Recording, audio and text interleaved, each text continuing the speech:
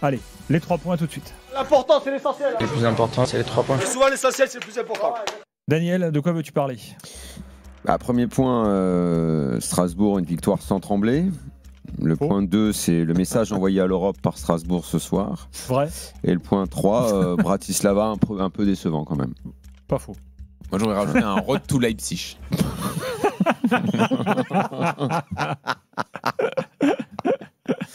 Je me suis consacré au seul match qui était important ce soir. J'adore ces 3 points. L'ambiance était irrespirable dans l'immeuble. Là, franchement, pendant le match, c'était. Il y avait un petit cop. Heureusement que t'étais pas à l'antenne et que c'était Karine. Alors, je suis désolé, j'ai pour le coup, moi, respiré, parce que c'est vraiment le match que j'ai le moins regardé. Je dois dire la vérité. Ça tombe bien, moi je l'ai regardé. Donc oui, j'ai fait priorité des Coupes d'Europe, quoi. Donc, si je les refais sérieusement, les 3 points, je trouve que la victoire de Lille est absolument méritée et a été. Enfin, moi, ça m'a enchanté. J'ai adoré ce match. En plus, il y a eu plein de choses dedans très intéressantes. Lyon, alors je change de Strasbourg sans trembler, c'est le Lyon sans trembler. Lyon qui continue son début de saison tout à fait satisfaisant. Et le point 3, je te le laisse. C'est ton équipe en tremblant quand même et qui n'a pas été méga rassurant le Racing quand même. Jean-Louis. Alors moi, mon premier point, je pense qu'on peut généraliser un peu sur la belle semaine du foot français, avec toutes ces belles victoires. Ouais, c'est pour ça qu'il est là, toi. Et c'est le Laurent Blanc, mais il arrive à contextualiser, prendre de la hauteur. Il donne de la hauteur. Et je pense qu'il y a un fil conducteur, en tout cas des points communs entre les bons résultats des clubs français, c'est les coachs et la relation entre le vestiaire et les coachs. Je croyais que tu allais dire l'action de Vincent Labrune, parce que lui, il s'est félicité. Parce que lui, il s'est félicité des résultats. Il dit que c'est grâce à sa politique. Bon, toi, c'est non, c'était plutôt les coachs. Et je pense que c'est un peu la suite de notre conversation qu'on a eue après Barça PSG. Mais je pense que quand les remplaçants sont aussi bons que les titulaires, ou que en tout cas les victoires s'enchaînent, c'est qu'il y a un vrai truc entre les coachs et les vestiaires. Et je pense qu'on peut y revenir en détail. C'est déjà fini. Lille, moi je veux revenir sur le match de Boadi en détail. Je pense que c'est la plus belle victoire. C'est la Rome en plus de tous les clubs français aujourd'hui. Et Boadi au milieu de terrain a été énorme. Et ça mérite qu'on en insiste. Et puis troisième point, les pénaltys. Franchement, l'histoire de la course d'élan et du petit pas, c'est quand même un geste technique compliqué à réaliser. Donc quand vous n'êtes pas armé pour le faire, le faites pas. Ça permettra de revenir sur les 3 tirs au but arrêtés par le gardien de Lille. À chaque fois, Dovbyk fait cette course d'élan ridicule. Ça a été la même chose sur le match de Lyon. Bon, si vous maîtrisez pas ce petit pas à la Neymar, le faites pas, tirez normalement. Exactement. Il y a eu tellement ces dernières années. Tout droit, sous la barre. Il y a eu tellement ces dernières années de joueurs. Je crois qu'en fait, on est même à quelque chose qui est devenu une majorité de types qui veulent faire de la fantaisie quand ils tirent. Oui, qui veulent leur signature. En fait, il y a les pénalty signatures. Quand on voit un péno tiré à l'ancienne, c'est quasiment devenu exceptionnel. Le type qui frappe tout droit avec un élan normal, il y en a quasi plus. Maintenant, tout le monde essaye de mettre une petite, comme tu dis, signature ou fantaisie. Non, c'est pas que ça. Je pense quand même que quand c'est maîtrisé et bien fait, c'est un vrai avantage. Non, ça n'a pas aucun intérêt. Quand ça marche pas, c'est ridicule. Quand c'est Neymar, par exemple, quand le mec maîtrise le départ du gardien et la met de l'autre côté, ça c'est un geste technique. Mais Dovbyk, par exemple, il n'a pas la qualité technique pour changer son pied au dernier moment. Pour Neymar, si tu veux, ok, mais en fait, il n'y a pas d'intérêt à faire ça. Il n'y a pas d'intérêt. Si, il gagne le jeu avec le gardien en faisant ça. Quand tu le maîtrises, quand même. Si tu tires ton péno, normalement, tu as tout autant de chances de le mettre. C'est un geste que tu dois travailler. Tu travailles à tirer fort sous la barre et tu as 99 chances sur 100 de marquer. Et puis c'est tout. Voilà, c'est pourtant pas compliqué. Hein. Ouais. Non. Enfin, la scène du jour a vraiment été absolument grotesque. Parce que les 3 pénaux, c'est ça? Oui, on a eu 3 tireurs qui ont fait n'importe quoi. Démarrons par ordre d'apparition à l'écran. Ou d'importance. Dans les deux cas, c'est Lille. Non. On démarre toujours par le match qui vient de se terminer. Okay. Tu dis apparition à l'écran, le premier match c'était Lille, il faut savoir. Par extinction de l'écran. Alors. Donc Lyon. Lyon, exactement. Démarrons par Lyon. Qui effectivement, tu l'as mis dans les 3 points. Non, je sais pas, c'est pourquoi il faut démarrer par le match du soir. Qui a dit ça? Parce que ça s'appelle le sens éditorial. Voilà. Si, moi j'ai la théorie. C'est que là, il y a tous les Lyonnais qui montent dans leur voiture et qui ont envie d'écouter RMC et ils veulent le débrief de leur match. Parce qu'en fait, ils sortent de chez eux pour monter dans leur voiture à 23h. Ça, c'est une vraie explication. Mais non, ils sortent du stade. Ça, c'est une vraie explication. Il se moque de moi, il a pas compris. Mais non, mais j'ai compris. Mais tu crois qu'il y a que les gens au stade qui écoutent, toi? Non, mais là, quand même, au moins tu les attrapes, tous ces gens-là. Ils sont dans leur voiture, ils disent voilà, au moins on débriefe notre match. Petit calcul d'épicier. Mais surtout, ça fait 20 ans que tu fais ça. Bien sûr, et ça fait 20 ans qu'il n'a pas compris encore. À chaque fois, il me fait le coup. J'ai peut-être pas compris. Pardonnez-moi d'être sincère. et de me dire que la plus belle victoire c'est celle de Lille cet après-midi, et que je pensais qu'on mais allait ça démarrer n'empêche pas par qu'on ça. en parlera. Je n'ai On peut aucun aussi problème faire à la démarrer révolution par Lyon. du truc en se disant qu'il y a 14 millions de podcasts et donc on peut faire pour les gens en podcast. Moi, j'ai pas de problème avec ça. Bon, Dans ce cas, on commence par Lille. Si vous voulez, on va démarrer un jour quand même. Alors, démarrons par Lille. Non, pardon. Non, par Lyon. Par Lyon, parce qu'en plus, c'est un auditeur lyonnais qui est avec nous, Clément, qui est là. Donc, tu disais Lyon, pas inquiété. Bon, Salzbourg a quand même eu quelques Écoute, occasions. non. Si, deuxième mi-temps notamment. Oui, la deuxième mi-temps a été mais bon, franchement, moi, ce que je retiens de cette rencontre, au-delà de la victoire, je le répète, où j'ai pas vraiment tremblé, c'est que dans cette mode actuelle qui est de bien faire attention aux compétitions, à la gestion de l'effectif, parce qu'on demande toujours plus aux joueurs, même en termes d'intensité dans un match, on n'a plus réellement d'équipes qui font un peu tourner le ballon. Soit on n'est pas capable, soit ça se fait moins, c'est un peu moins tendance. Donc sur les séquences intenses de pressing où il faut que ça se transforme par des buts, elles sont usantes, donc on fait tourner les joueurs. Il y a eu encore un turnover parfaitement réalisé ce soir par Fonseca, qui est normal face à un adversaire qui de toute façon est moins fort que toi. Le drame qu'on a eu dans le football français pendant des années, Charbot l'a dit avant de partir, c'est que on perdait, dès que tu enlevais, dès que tu faisais un minimum de turnover, tu étais capable de perdre contre une équipe slovaque, contre n'importe quel pays, tu es capable de tordre, quoi. Là maintenant, écoute, Fofana il joue pas, un tel il joue pas, tu fais reposer, tu les rentres en cours de match, déjà tu es en train de penser au match de dimanche, le petit Mera va probablement jouer, Fofana sera titulaire, Morton aussi a été Tyler ménagé. Morton effectivement a pas démarré non plus, voilà, c'est bien, on a l'impression que c'est réfléchi, pensé, rationnel, et surtout qu'à l'arrivée ça fait une victoire toute propre, sur laquelle au final on peut s'étendre, hein. Mais c'est pas un match dingo. On est dans de la comptabilité de phase de poule d'Europa League. Il faut prendre les points. Lyon est quasi déjà qualifié, là, parce que quand tu vois leur programme, ils n'ont même pas d'adversaire difficile. C'est fait. Ils ont 6 points. Oui, on sait qu'avec 9-10 points, normalement, tu es qualifié. C'est bon. Ouais, surtout, on se disait que Lyon, ils avaient un 11 qui leur a permis de faire ce bon début de saison.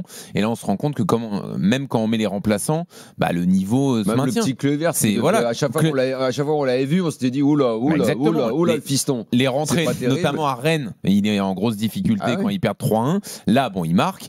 Satriano qui marque aussi, alors que franchement, on pensait que ce serait très compliqué pour lui, même toute cette saison avec sa blessure de l'année dernière. Ah ouais, je sais pas pourquoi j'aime bien ce mec. Vous vous souvenez quand j'avais fait la catégorie à une époque, les chouchous pas bons, j'ai envie de le mettre là-dedans. Mais c'est souvent avec les Sudam. Moi, j'ai un peu ce truc je suis un peu tropisme Sudam. Quand les mecs se défoncent un peu avec le caractère, je sais pas, ça me fait un peu kiffer. Tu peux ajouter Tagliafico à ta liste aussi. Tagliafico, c'est un vrai bon joueur. C'est pas Panicelli. Panicelli, chouchou pas bon alors. Ouais, c'est un peu. Mais je sais pas, moi. Pour l'instant, il est pas bon, pas encore chouchou. Moi, j'ai un gros faible pour les Argentins, quoi qu'il. Donc après, j'empile là-dedans, Uruguayen. Ça me fait moins ça que les Brésiliens. Je kiffe, moi. Je sais pas, c'est comme ça. Voilà. Ouais, parce que t'aimes pas les mecs qui pleurent trop vite. Ouais, voilà. Pour ça. Je sais pas. C'est un peu des pleureuses tout le temps. Bon, non, mais à Lyon, en fait, la question, c'est à chaque fois la même. C'est juste quand est-ce que ça va s'arrêter. Donc là, ils ont 4 victoires d'affilée. Ça s'arrête, c'est parfait. 2 en championnat. La dernière défaite, c'était la Rennes, rappelez-vous, le fameux 3-1. Le match un peu bizarre. Oui, mais eux, ils te disent, à chaque fois qu'ils ont été à 11 dans un match, ils n'ont pas pris de but, ils ont gagné. Seul moment où ils le dire, puisque c'est vrai. Bah oui. Donc Rennes, pour le coup, c'est un épiphénomène. Absolument. Et moi, encore une fois, j'insiste, mais si en plus ils ont un banc, alors c'est que pour battre Salzbourg, si tu mets cette équipe-là dans un gros match, exactement, et d'entrevoir la suite dans cette compétition. Non, c'est tout bénef. Et encore une fois, moi, je vais pas fait tourner tout le monde. Tolisso a joué. C'est là où c'est intelligent. C'est que tu laisses quelques cadres par ligne et tu fais tourner sur le reste. Et moi, je pense que c'est la grande victoire de Fonseca. Alors ça, je vais être répétitif à chaque fois mais je pense que l'entraîneur fait beaucoup dans le discours aussi, pour concerner tout le monde, pour concerner les remplaçants, et je suis pas sûr que ça on l'ait toujours eu dans les matchs de Coupe d'Europe. La révolution des coachs dans notre championnat, elle est maintenant datée, quoi. Ça fait quand même déjà pas mal de temps que ça va beaucoup mieux, parce que si tu parles des coachs cette semaine, tu as eu un Luis Enrique qui est impérial, tu as eu un très bon Genesio aujourd'hui, tu as eu De Zerbi a fait des choix c'est vrai, pardon, l'ordre chrono de la semaine, tu as eu un très bon De Zerbi, un très bon Luis Enrique, un très bon Genesio, très bon Fonseca ce soir. Rosenior aussi. Rosenior, je sais pas, c'est Gilbert qui dit ça. Moi. Non, mais c'est vrai. Et non, mais pourquoi j'insiste là avec les coachs? T'as raison, la révolution, elle a eu lieu il y a quelques années. Mais parce que comme on a l'impression qu'au niveau des joueurs, le niveau s'abaisse parce qu'on n'a plus les moyens de les garder, de recruter, etc. Bah là, nos coachs sont les vrais stars de notre championnat, je trouve.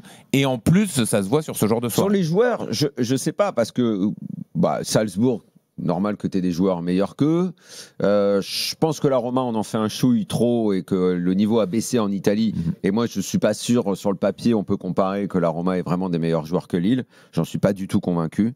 La Roma, ça fait très longtemps qu'ils sont un peu sortis du gratin. C'est une équipe, somme toute. On a le regard un peu biaisé par le match de Nice, en fait, où ils se sont baladés. C'est pas une équipe de dingo non plus, quoi. Donc, on n'a pas.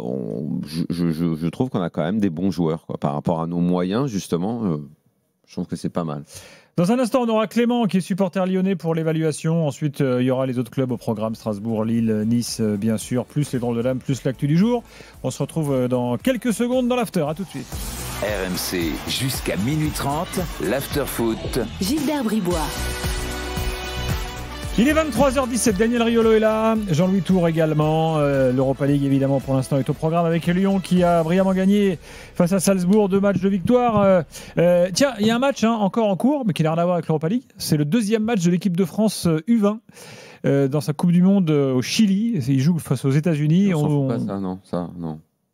Bah non, il y a des gens qu'on connaît dedans, dans l'équipe. Okay. Bah, il y a le fils de Pascal Olmeta. Moi, j'ai déjà dit pendant le premier match que ça m'intéressait pas ces compétitions de jeunes. Mais... Ah non, mais il y a tellement de choses à suivre. Il y a Elias Zidane, le dernier. Les gamins, quoi. Le dernier Zidane et le dernier Olmeta. Laisse-les jouer tranquille, les mômes, là, c'est bon. Bah écoute, en tout cas, il y a 0-0. Je peux quand même donner le score, ça te dérange pas? Ça me dérange pas. Ça va? Bon, merci. Clément est là, supporter lyonnais. Salut Clément. Salut messieurs, salut à tous. C'est Clément. Ah, Clément, je sais pas, tu peux nous dire ce que tu fais dans la vie? Je suis coach sportif, Gilbert. Ah d'accord, parce que je voyais marqué prof de musculation. Voilà, c'est pareil. Non, coach sportif, c'est pareil. C'est pas pareil. Coach sportif, c'est prof de muscu. Prof de muscu, je t'imagine au Basic Fit. Coach sportif, t'es sur un terrain dehors. Je veux bien faire des cours dans le nouveau restaurant. Si vous avez une petite salle pour moi, ça me dérange pas, Gilbert. Mais prof de muscu, c'est quoi? Tu gères les protes, tout ça?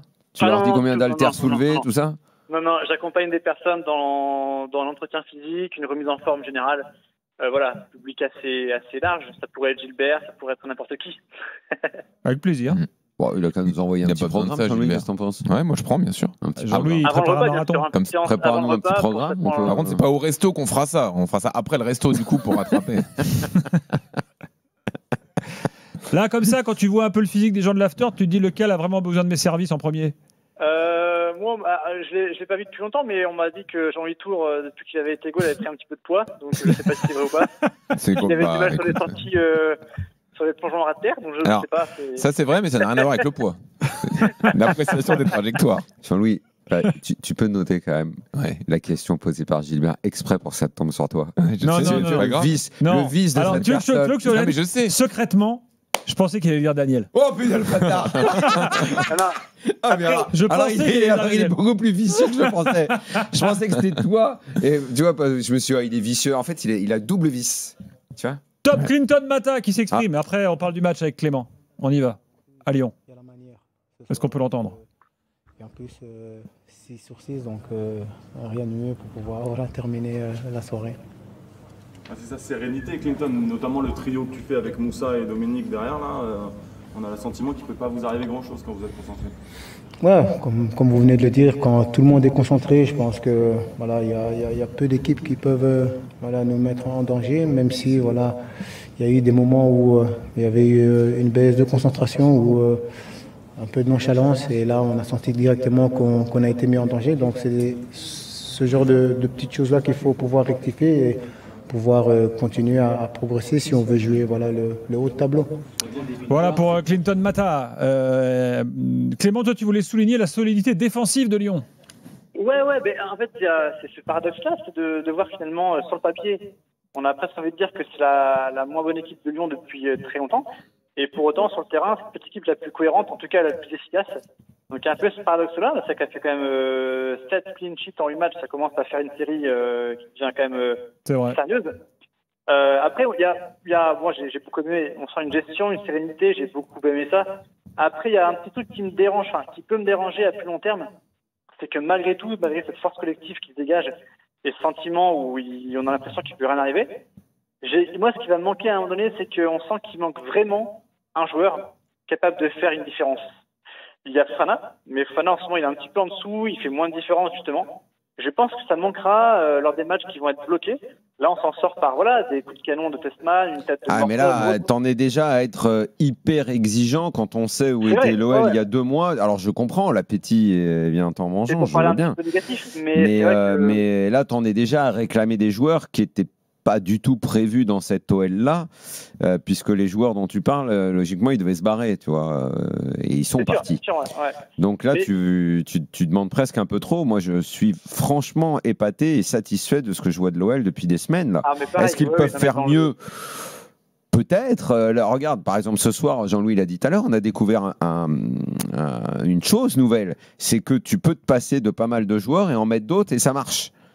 Ça, je pense que c'est déjà une nouveauté. On n'en était pas sûr parce qu'on se disait, ouais, peut-être ils ont 11, 12 joueurs. Fonseca, il aura du mal. On avait Tessman, Morton. Et moi, je me souviens, un soir, je vois le milieu, donc Tolisso, qui est devenu un peu homme à tout faire, machin. Donc Tessman, Morton. Ils font un super match. Hein, je dis, waouh, c'est top, quoi. Mais alors, s'il en manque un des deux. Bah ok, ce soir il en manquait un des deux.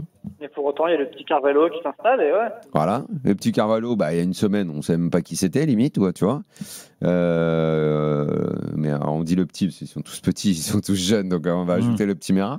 Enfin voilà, il y a dans le milieu de terrain et milieu offensif, tu commences à avoir des solutions que tu n'envisageais pas. Sur un banc qu'on pensait pas avoir, et puis comme la mode est à faire jouer des jeunes, et puis tu sais, le foot, c'est parfois aussi...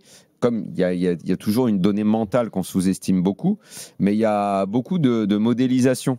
Et comme j'ai dit la semaine dernière que le PSG avait influencé énormément d'autres équipes, et notamment en France, puisqu'on est le premier public à les regarder, les autres clubs les regardent en premier, sur d'abord le sens du collectif, le travail et le devoir, et bien là maintenant, ce qui a été envoyé hier soir comme message, genre on va avec une équipe B, avec 4 gamins qui n'ont jamais joué à ce niveau, et tu marches sur le Barça, Fonseca, demain, il a le discours tout près dans le vestiaire. Les gars, vous avez vu ce qu'ils ont fait avec 4 jeunes machin. N'oubliez pas, vous avez du talent. Tout c'est une affaire de confiance. T'es coach sportif.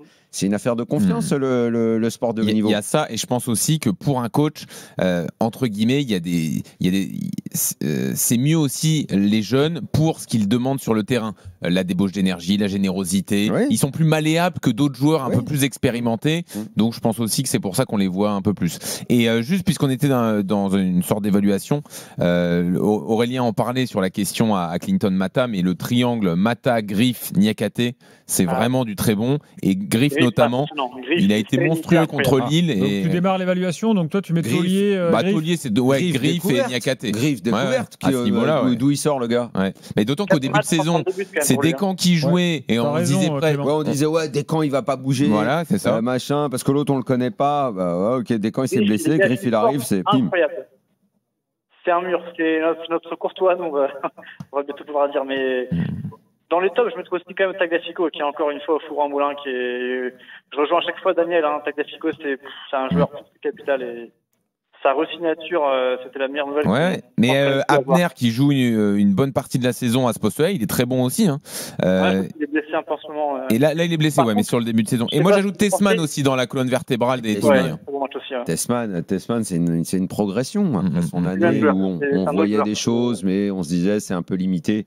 Cette année, il est là, c'est devenu le patron devant la défense. Et puis les deux autres là.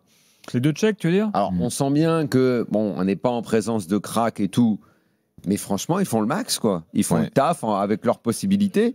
Et comment il s'appelle, Balek, là ? Non, Karabek. Il va pas super vite. C'est pas un mec que tu imagines dans un grand club et tout, mais il a un pied gauche qui est soyeux, et il met des ballons velours dans la surface. Je le trouve meilleur, moi, que Schulz. Voilà, les deux, tu les as utilisés là. Probablement que ce week-end, t'en as un qui sort pour laisser la place à Fofana. Et Ils ont fait leur match ce soir, les deux, quoi. Le problème, c'est le penalty quand même. Faut pas l'oublier. C'est à la 7e minute. Ça peut bien te lancer le match. Il y a 0-0 à ce moment-là. Déjà, je sais pas pourquoi c'est lui qui prend le penalty, alors que Tolisso est là. Enfin, normalement, pour moi, ça doit être pour quelqu'un d'autre que lui. Et en plus, il le tire hyper mal avec son petit pas et tout. Donc ça, non. Kluivert, c'est le bémol. Ouais, oui, Clément. Moi, j'ai 10 joueurs ce soir que je mets dans très très bon, voire correct. Mm-hmm.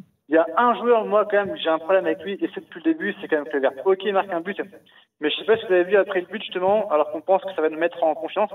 Il fait je sais pas ce qu'il a fait, 2 cargades, il n'est pas pressé, le jeu est au ralenti, et il rate 2 passes, je sais pas, il tape dans la balle, ça fait un rebond. Il est pas serein, quoi, il est pas confiant, et moi, en plus, on le met à gauche, alors que là, il est pas trop à l'aise côté droit, on le met à gauche, c'est pas un cadeau. J'ai un peu de mal avec ce joueur-là, je pense que vraiment, lui, pour le coup, il a pas le niveau. C'est-à-dire on le met à gauche. Comment ? C'est-à-dire on le met à gauche. Parce qu'il a démarré latéral droit et quand Tagliafico sort. Ah oui, quand Tagliafico est sorti, mais oui, c'est dans les 20 dernières minutes, oui. Ouais. Mais c'est là où il fait un peu ces 2 boulettes au niveau ces 2 passes à main un peu ratées. Moi, c'est un peu le seul joueur que j'ai du mal sur son niveau. Je pense qu'il est quand même en dessous. Et malgré le but, il n'a pas été mis plus en confiance. Donc voilà, petit bémol sur lui. Sinon, le reste, comme on a dit, Griff, Tagliafico. Bon. Clément, merci beaucoup. Je vais juste une dédicace d'un ami qui est fan de toi. Qui a été en Slovaquie, à Bratislava, en ton honneur pour ton image, Gilbert. Et donc, il a assisté au match de Strasbourg Stade. Voilà, il s'appelle Jérémy. Et il est fan de toi, Gilbert. Voilà un homme de goût. Mais il est un peu fan de Strasbourg quand même. Il n'est pas allé là-bas juste pour Gilbert. Non, en fait, dans la vraie histoire, c'est qu'il a dit là-bas depuis peu de temps. Et voilà, Non, mais raconte pas la vraie histoire. Et en parlant des coachings, juste, on m'avait dit aussi que Walid était un faux gros de ses propos. Donc voilà, je m'occupais de lui. Walid, un faux gros. Non, un faux lent, il a dit. Un faux lent. Non, c'est lui qui s'est défini comme un faux gros. Non, c'est pas ça. Il a dit, c'est nous, faux gros. C'est un nouveau concept. Il l'avait dit dans un avis tranché, il paraît. Écoute, ok. Moi, je l'ai vu au foot, franchement, ça tient la route. Hein. Walid au foot, au jubilé Mathieu Bonnemer, je l'ai vu, et franchement, c'était pas mal. Et au paddle, il paraît qu'il est bon. Ouais. Bon pied droit. Très bon, Walid. Mais il paraît qu'il a un problème de mental. Il paraît qu'il. Ouais. Bon. Sûrement. Moi, on me dit surtout qu'il joue au paddle et que c'est un 80-20, quoi. Il fait 20% du taf et son associé en fait 80. Après, avec Stephen Brun, tout le monde fait 80-20. Ah oui, mais c'est facile si tu joues avec un Stephen, il fait 2,50 m en même temps au paddle, c'est plus facile. Il prend tout l'espace. Sur le court, tu as 3 quarts du terrain, c'est couvert quand il écarte les bras. Je pense que si tu joues avec Wembanyama, il n'est pas aussi bon. Ouais, mais Stephen a une base de jeu de raquette extraordinaire déjà. Non, parce qu'on disait juste que c'est un grand. Merci Clément. Merci à vous les gars. Bonne soirée, à bientôt. Voilà pour Lyon donc qui gagne brillamment ce soir et qui continue sa série. Je voulais regarder contre qui jouait ce week-end. J'ai pas. Et Toulouse, ils reçoivent Toulouse. Ils reçoivent Toulouse, ils vont à Nice derrière et Bâle en Europa League. Oui, il n'y a pas eu un moment où ça peut faire que des victoires. Le Toulouse à Lyon, c'était une sorte de mini bête noire. Un derby? Non, mais mini bête noire. Non, je vois. Je sais pas. Je l'ai pas ça. À l'époque de Gignac? Non, là, récent, je sais pas, j'ai l'impression, faut voir. Peut-être je me trompe complètement, mais j'ai l'impression que Toulouse, ils ont un peu fait chier récemment. Mais ça veut pas dire qu'ils vont les faire chier dimanche. Hein. Alors, Lyon va gagner. Toujours 0-0 entre la France et les États-Unis. Rigole pas, Jean-Louis, regarde. Dans le mondial U20. Mais regarde, c'est notre producteur qui me souffle des trucs. Alors que je rigole. Sur notre WhatsApp de l'After, j'ai un message de Lups. Lups nous dit: Daniel, tu devrais t'intéresser à la nouvelle règle en test au mondial U20, le VAR Request. Une équipe peut réclamer la VAR. Je suis au courant, bien sûr. Et le Maroc a réussi à faire annuler un penalty contre l'Espagne l'autre soir grâce à ça. Ouais, tu peux nous comme le challenge, quoi. Un challenge, voilà. C'est ça. Non, ça, c'est Bernard Diomède là, qui est le coach du U20, il aura son challenge. Je suis au courant que ça marche comme ça. Mais il y a la VAR normale aussi. Ouais, et un VAR Request. Voilà. Bon, c'est un test.